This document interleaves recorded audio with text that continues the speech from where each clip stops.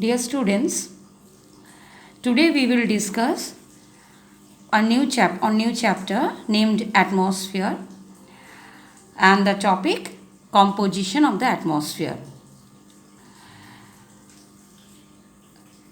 The envelope air which surround the earth is known as the atmosphere.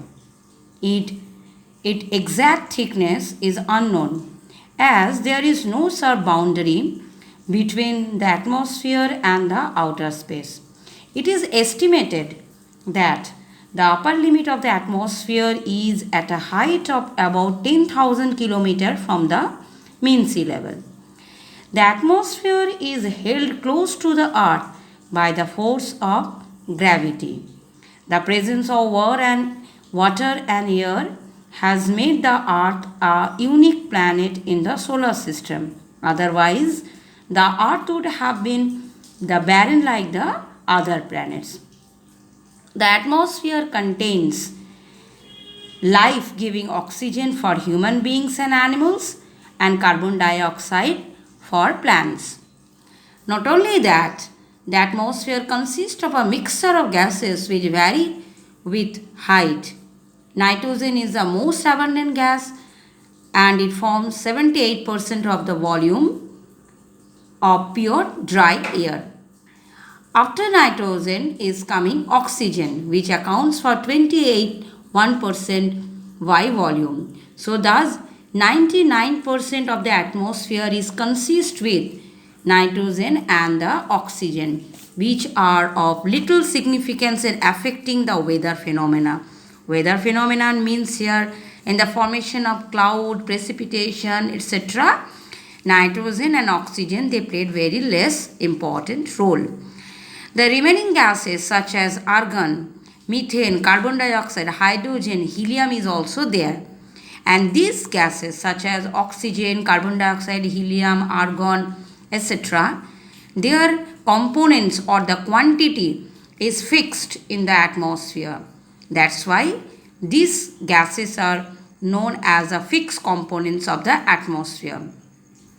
Besides the fixed components, there are a number of variable components of the atmosphere, and the quantity of these components vary from place to place, such as water vapor, dust particles, etc. Okay, now you can see one table is given in the page number 79, where the different gases present in the lower layer of the atmosphere along with the percentage it is written.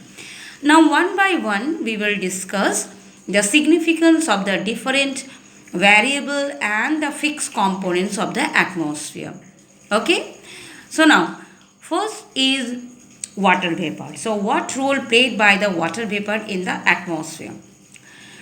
Water vapor comes in the atmosphere due to the evaporation and the transpiration. Evaporation from the water bodies, and transpiration means the extra water that plants, the water that collected by the plants through the roots, and which is transpiration means here that which is come out from the stomata of the leaves. The process is known as a transpiration. So evaporation and transpiration is the main source of water vapor in the atmosphere. The amount of water vapor present in the air depends on the temperature. If the temperature will be more, then the amount of water vapor will be more. If the temperature will be less, then amount of water vapor will also less. Thus, it decreases with increase in height above the sea level. So, in higher altitude, the amount of water vapor is less. It is more in hot and humid tropical areas and less in the desert and the polar regions.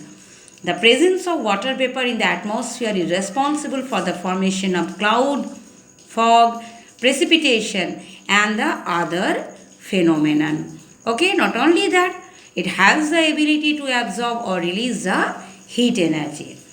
Now, next is the solid particles. Solid particles means the atmosphere has a large quantity of tiny solid particles suspended in it, and they include dust particles, then salt particles, pollen, smoke, volcanic acids, etc. and these are found in the lower layer of the atmosphere. The amount of dust particle is more in the subtropical and the temperate areas than in the equatorial and the polar regions. So most of these minute particles help in the formation of water drops, clouds, etc. Not only that, the solid particles also help in the scattering of the solar radiation. Like we can see before the sunrise and after the sunset, the red and the orange color in the sky, that is due to the solid particles scatter the solar radiation. The blue color of the sky is due to the selective scattering of the solar radiation by the dust particle. This is also the role played by the solid particle here. Now, what role played by the nitrogen? Students, nitrogen is the most prevalent gas in the atmosphere, essential for the growth of plants. The plants cannot have it directly from the air, but get it from the soil. Nitrogen can dilute oxygen and slows the process of oxidation. The atmospheric nitrogen can be directly used in making of chemical fertilizer, nitric acid, ammonia, etc. Next is carbon dioxide. Carbon dioxide is utilized by the plants for making their food, known as the photosynthesis.